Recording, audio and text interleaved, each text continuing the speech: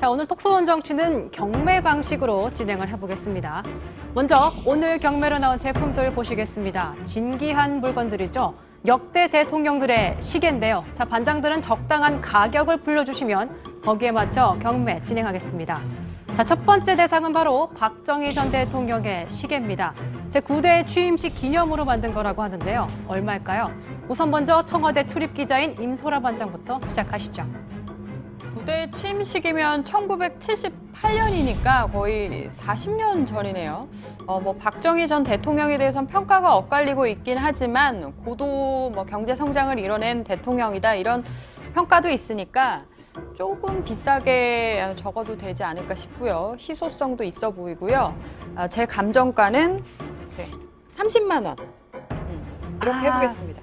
네, 조금 아깝습니다. 중고거래 사이트에 올라와 있는 가격은 40만 원입니다.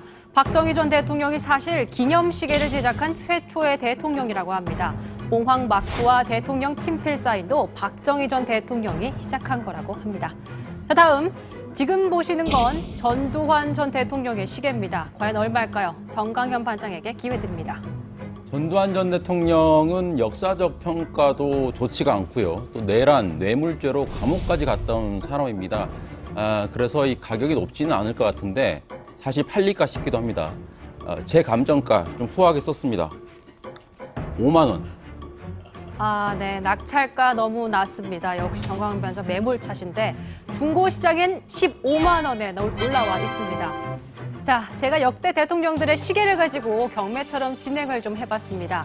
왜 이런 얘기를 했냐 하면 문재인 대통령 기념시계가 제작되기 때문입니다. 다음 달에 완료가 될 예정이라고 하는데요. 앞면은 대통령을 상징하는 봉황 마크에 문재인 대통령 친필 사인에 들어갈 예정이고 뒷면엔 문구를 넣을 예정인데 아직은 미정이라고 합니다. 김영삼 전 대통령은 대도, 무문, 큰 도에는 거칠 것이 없다는 뜻이죠. 김 전 대통령 자신을 상징하는 말과 같은 대도, 무문을 넣었고요.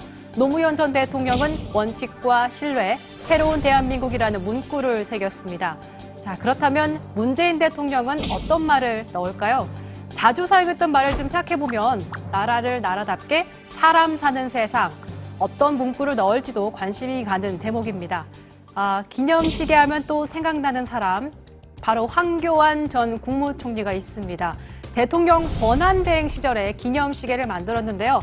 물론 국무총리도 기념시계를 만들긴 하는데 굳이 대통령 권한대행일 때 만들어서 논란을 빚기도 했습니다.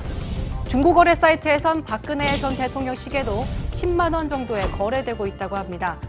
전두환 전 대통령 시계보다 낮은 가격이네요. 꼭 시계 가격이 이른바 대통령 점수와 꼭 일치하는 건 아니지만 어느 정도 상관관계가 있다는 분석도 있습니다. 박정희 전 대통령 시계와 노무현 전 대통령 시계가 비교적 고가에 거래되고 있다고 합니다.